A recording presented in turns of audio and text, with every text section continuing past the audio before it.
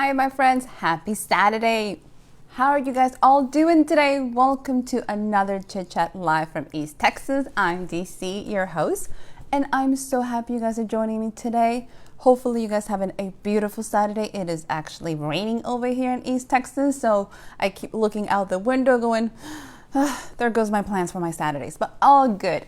How are you guys all doing? For those of you guys who are new, welcome. Glad you guys are joining me today. So let me give you a little bit of background why I started this series. So back last year, I started this series because I wanted to empower creative individuals to actually start transitioning to fulfilling careers. Individuals who are feeling stuck, individuals that wanted to do something different. And what does that mean? Who's a creative? What that means, whether you want to write a book, whether you want to do music, whether you just want to create the best dish in your house.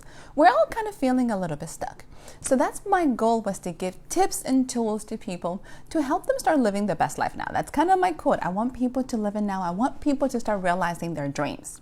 So today we're going to talk about something that might be keeping you from realizing their dreams, which might be fears.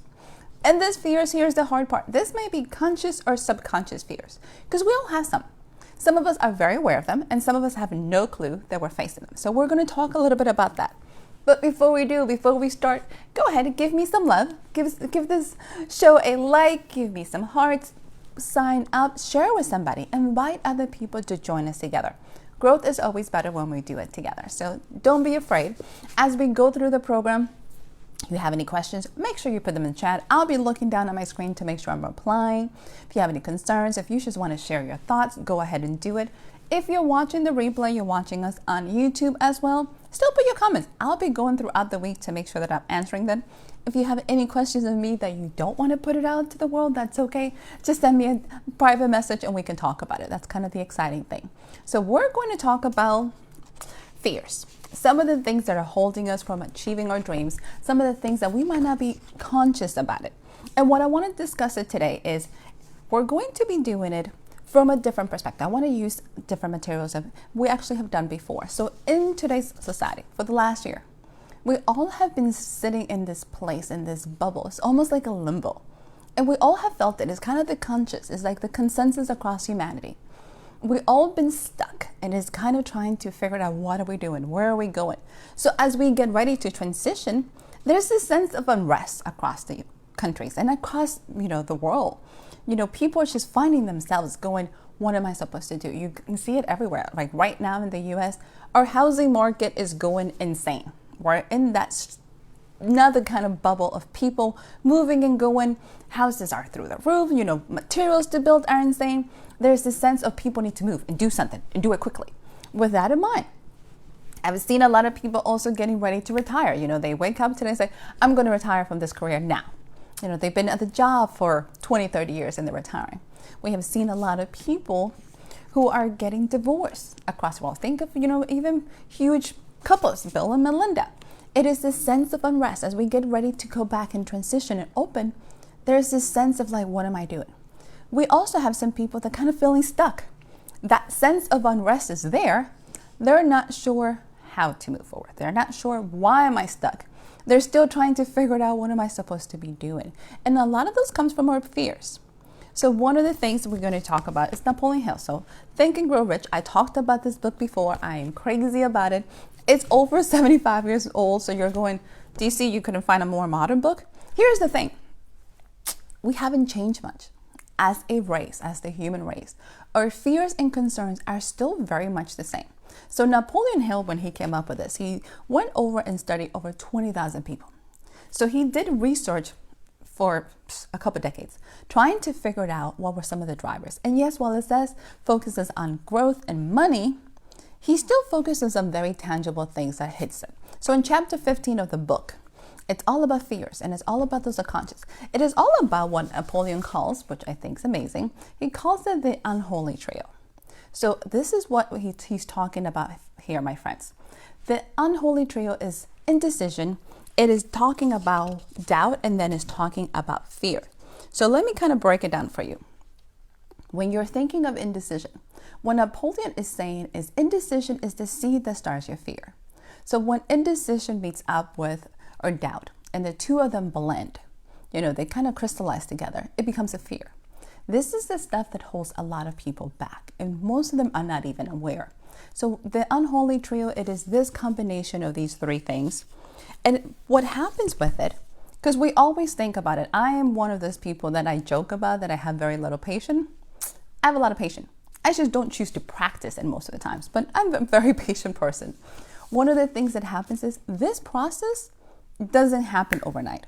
You can say back September 5th, 2020, this is where it started. Not that case. It's a slow progression. The doubts, the fears, the indecision start building up and they start becoming ingrained. So when you're looking at it, it is a slow process that has dramatic effect through the rest of our lives. What Napoleon also explains in his book, which I think is amazing, is that we all have 6 basic fears. You might say, no, there's more than that. I'm sure there is. What he talks about there is a lot of the other fears are kind of derived from those 6. But overall, you're looking at 6.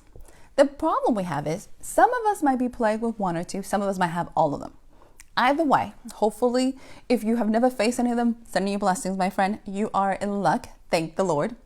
But some of us have felt it. I can tell you there's a couple of these ones right here that I'm like, ooh, that's a little scary. So that's what we're going to talk about. So let's discuss it. Let's jump right in. Like I said, if you have any questions, if this is something you want to go deeper, let me know. But we're going to go deeper into these things. And let's see what we talk about. So let's start with the fears.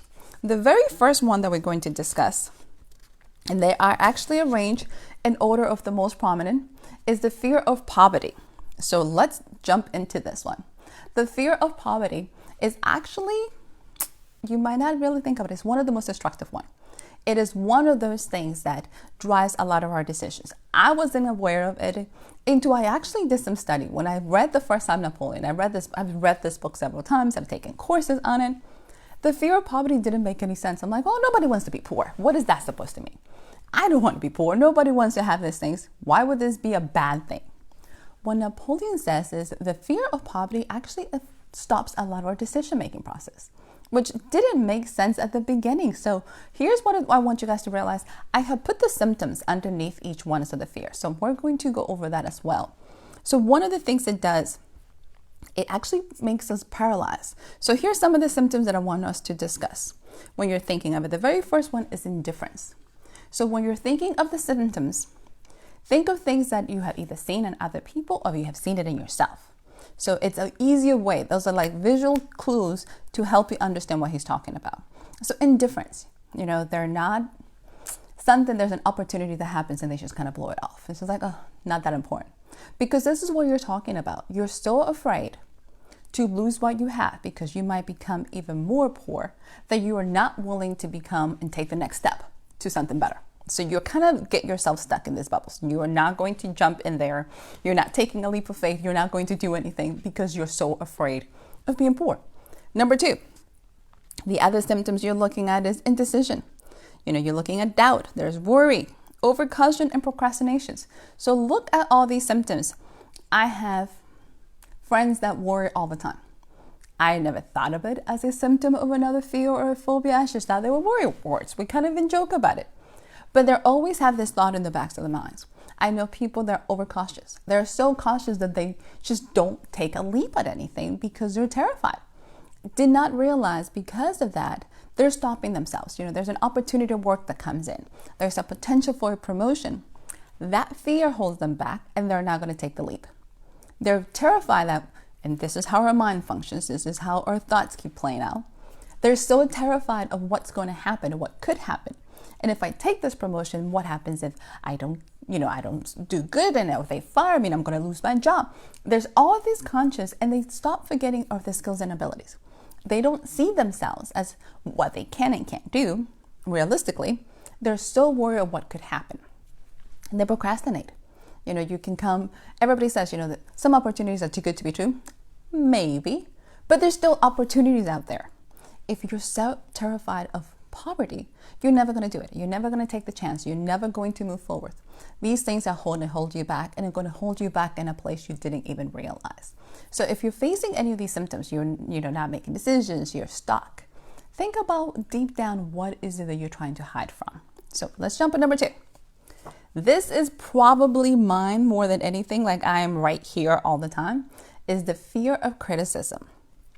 Your fear of criticism, my friends, is going to rob us out of our initiative, is going to make us terrified of everything we do, is going to hold us back in a sense that you're not even aware of it.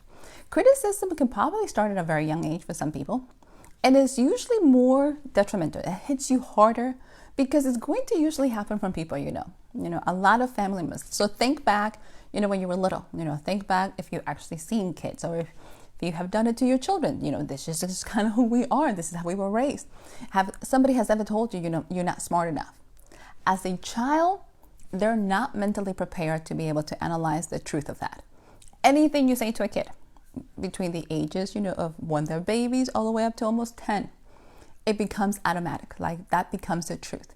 Their mind is not designed to be able to say, is that real or not real? Are you just mad? They're not able to discern that.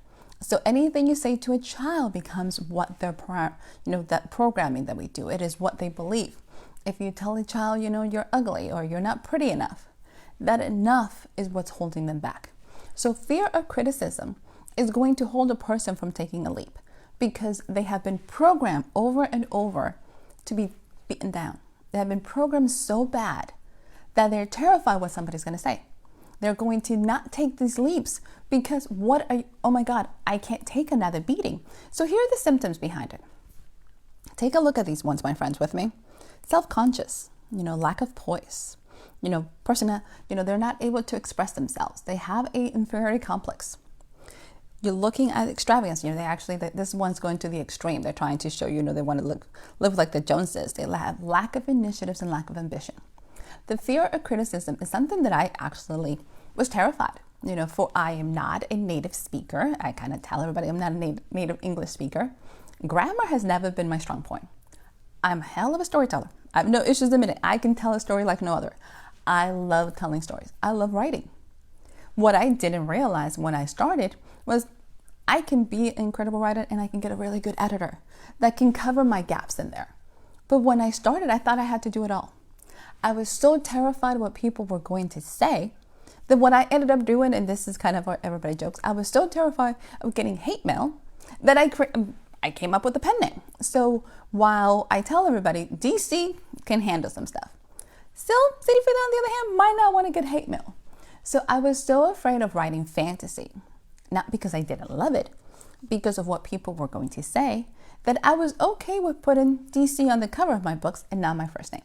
There's something different about, you sending hate mail to DC than you sending it to Sil. Here's the difference. I still get negative reviews. Why? Because books are very subjective. Everybody's not going to like what I write. I write fantasy, I write devotionals, I write children's books. They're very specific. I write quirky characters that have crazy adventures. I have lots of actions. I blow things up all the time. That's not for everybody. That's not quirky character and insane plots are not for everybody. It took me a long time to realize that there's a specific tribe for me, and that's okay. But one negative review has more impact sometimes than 10 people telling you they love your books. So I can completely relate to this fear of, do I really want to go take the leap? Do I really want to write the book? Do I really want to do these things? Why? Because what are they going to think? Those are the things that are holding us back. Those are the things that are holding people back. It is that fear. That fear slowly, if you hear these things over and over again, will become, my friends, insecurities. You start becoming self-conscious. You start wondering, am I really doing the right thing? Am I really going the right path? And it will get you stuck. So a lot of the times, if you see people going through this, you can help them out by wondering, what are you afraid of? And sometimes they might not even be afraid that this is what is hitting them. So let's look at the third one. The fear of health, ill health. Oh my Lord, my friends, we are living this right now. And we have done a similar program last year, right in the middle when the pandemic was getting hot and heavy. We're getting started. A year later, we're still here. We're still feeling this pain, If we talk about Maslow's hierarchy of needs, this is one of those: safety, security, health. This is one of those needs. It's hard to think of evolution and meeting all your desires when you're afraid of health. So when Napoleon wrote this, they weren't going through a pandemic.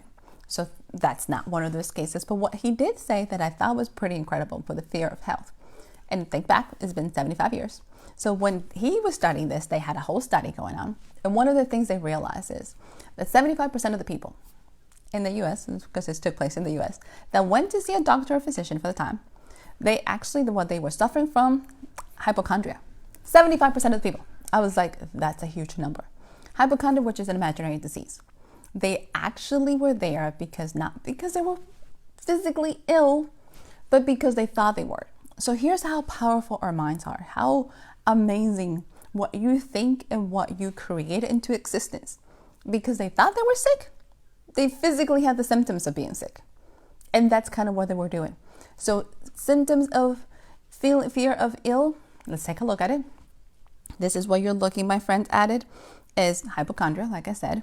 The exercise one, if you're going, why you exercise, is honestly the fact that they're not exercising. So exercise is a little tricky because most people say, how is that a symptom? Think of lack of exercise or fear of exercising. Because you're so afraid of being ill, they don't go outside. People are overeating. They're emotionally eating pretty much to compensate. So that's what exercise means. It's not so much that they're avoiding it. It's more their devotion of it. So then look at the other ones that we have here. They're self-cuddling. They're looking for people to make them have sympathy for them. The last one in here, which I thought was quite interesting, is the fact that they're actually self-medicating themselves. So it is that concept of, I have a headache, I'm going to take a pill, or something hurts, I'm going to take a pill. They're not looking for the root cause. They're not trying to figure out what's causing the problem. They're just self-medicating, and they can self-medicate with narcotics, or you can do alcohol. So when you're looking at somebody that is always complaining about their health, or they're always complaining they have something wrong, it is that fear that might be bugging them. One of the things when you think about fear of health and having the situations is not going to help you get to your next level. If you're focusing 24/7 on how you're doing, it's not going to do it. Ooh, we have more people joining us. Hello, welcome. So let's jump into the next half of the list. Remember, the list of orders of fears are going in priority. So the very first three we went over, so take a look at it. We talked about the fear of poverty, which is one of the most destructive one.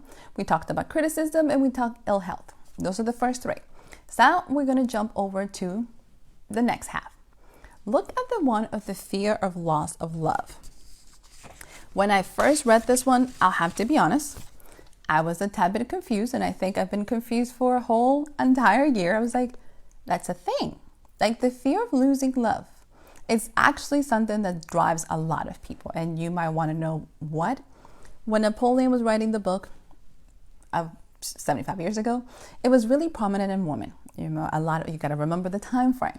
So this is a time frame where women were staying at home most of the time. They didn't have a profession. They were very dependent on their spouses or somebody significant. So it has a different context, but you still have to realize the fear of losing love has very specific symptoms, and take a look at them with me, my friends. These are the things that drives us. So people who tend to be jealous, people who tend to do a lot of, fault finding, or even gambling, and I'll explain the gambling in a minute. So somebody who's always jealous, they're jealous because they're afraid of losing the person. If they're always finding fault, they're always criticizing people, they're always taking shots at people. Or the gambling is specifically talking about the fact that people who tend to take really hazardous risks, they're really taking jumps.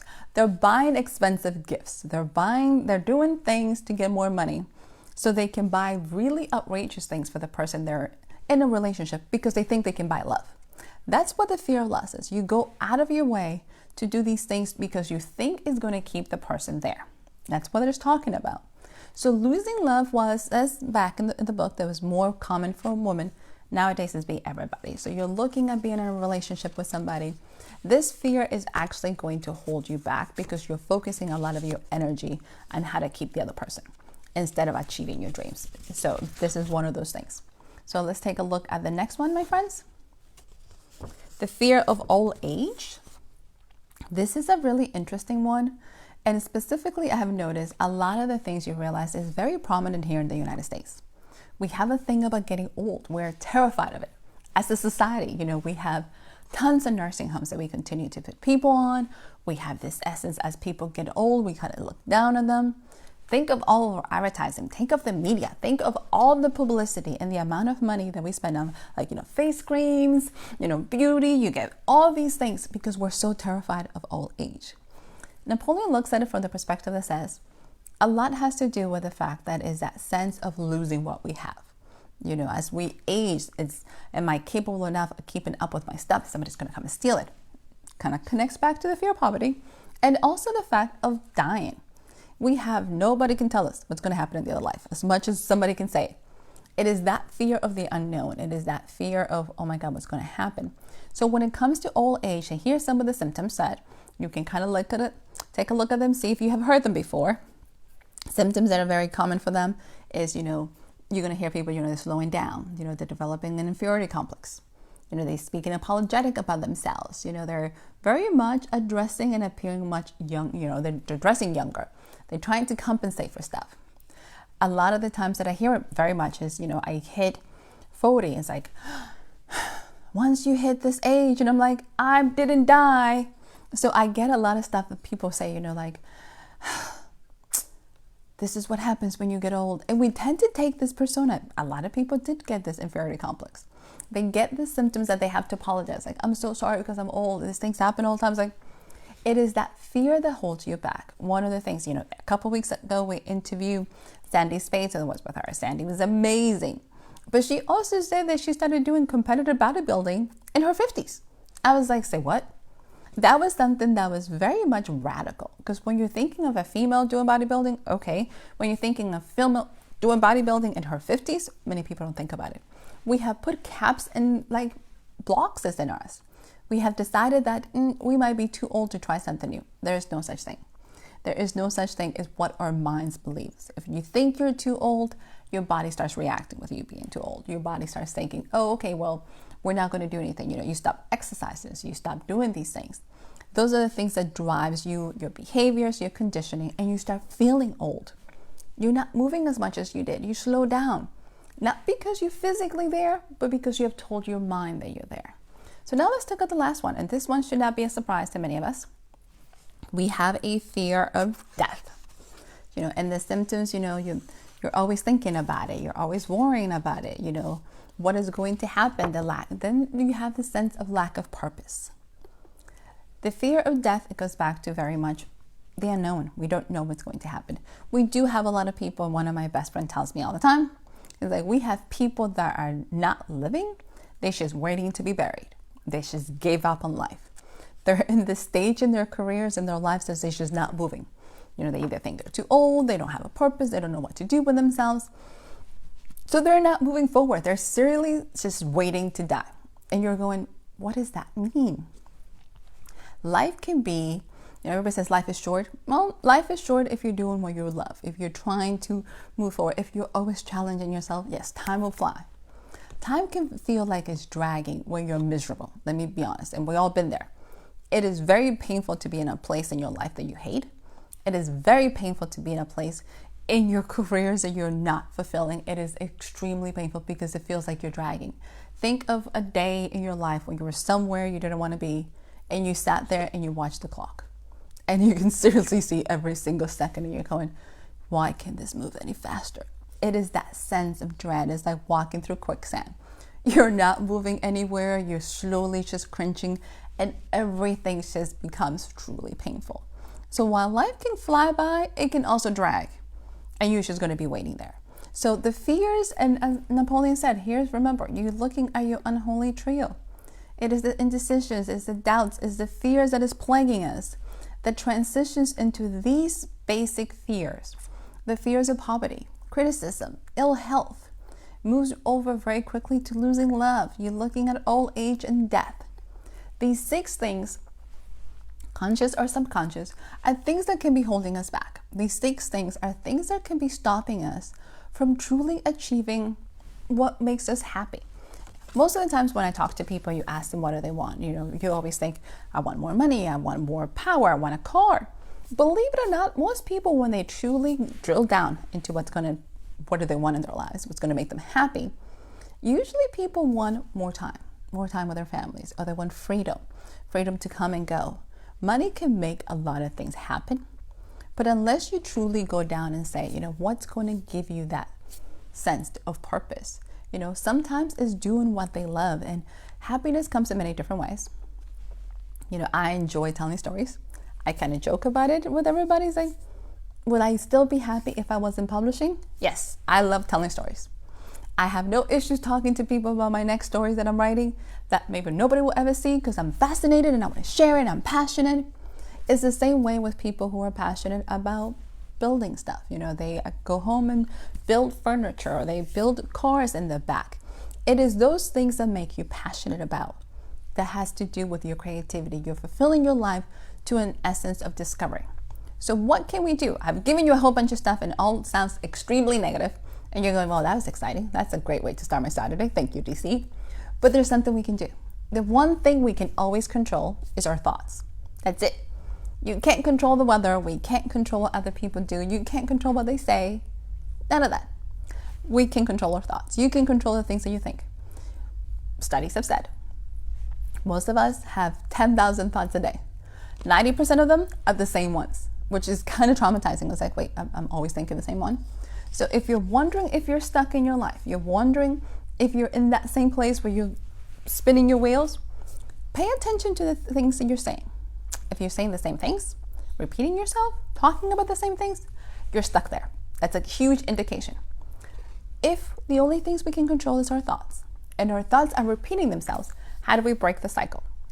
Easiest way that I have found, this might actually blow your mind, I do lots of meditation, but the easiest thing I have found is actually doing breathing exercise. Doing deep breathing exercises will automatically stop those thoughts. It will stop those train of thoughts and bring you back to the present.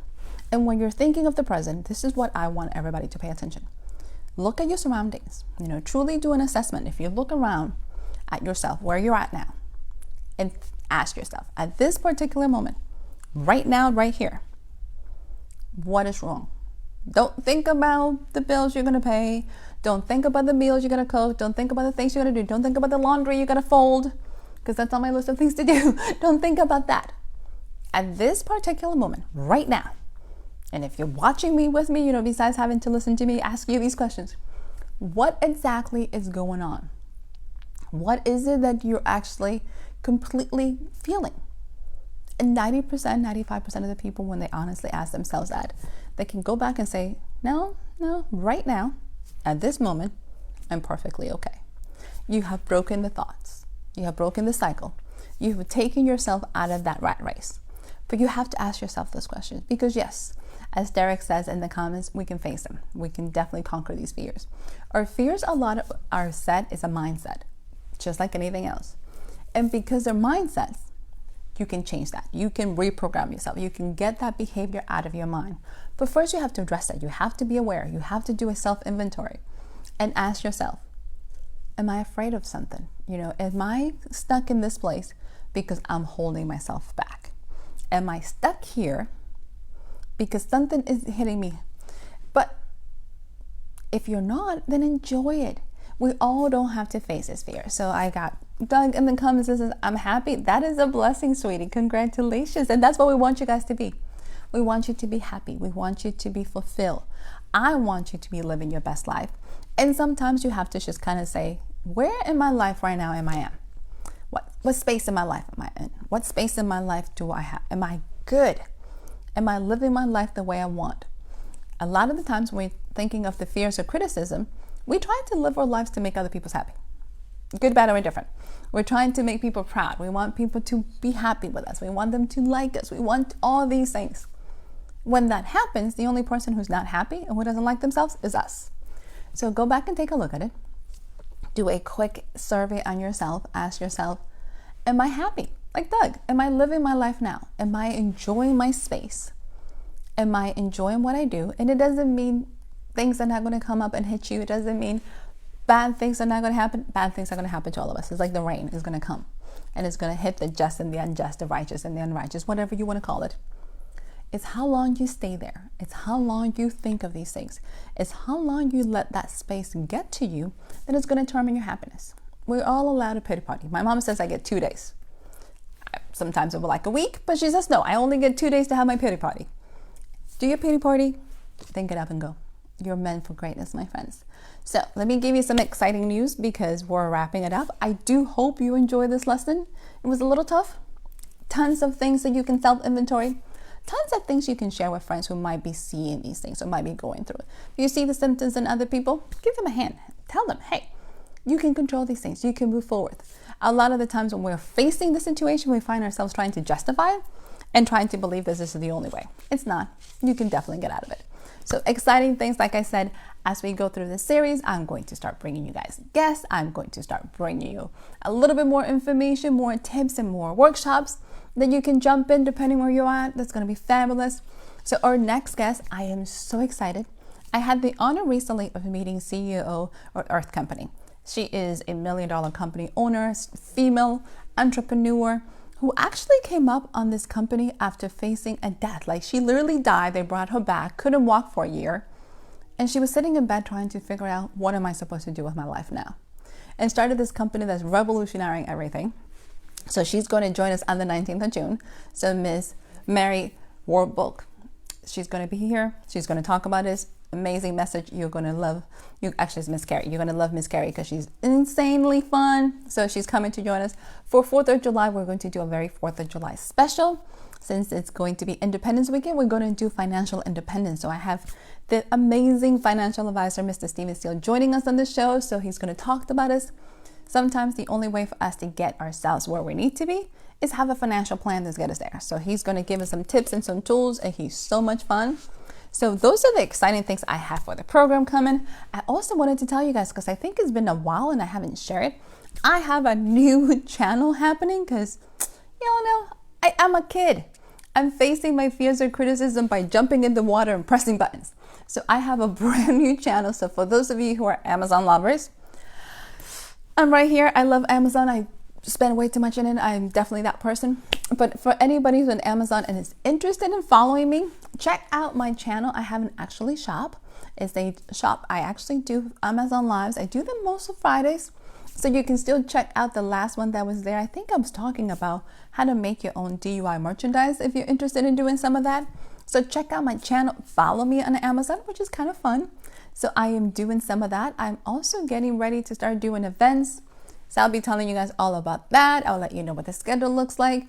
So we have some fun things coming your way. So my friends, my family, I am so happy you guys always join me. I truly sending you blessings and Thanksgiving. And know that I'm here. I'm cheering for you. I know you're going to do amazing things. So go forth, have an incredible Saturday. Enjoy it. I'm going to figure out what I'm going to do, since I was going to go check out some hot air balloons that got canceled because of the rain. So I guess today I'm going to go do some laundry and probably do some writing. So thank you guys. I'll see you guys back in 2 weeks with Miss Carrie, our amazing speaker guest for the show. And everybody, enjoy. Take a look at your fears, conquer your fears, and go forth and be amazing. Many blessings, my friends. Bye.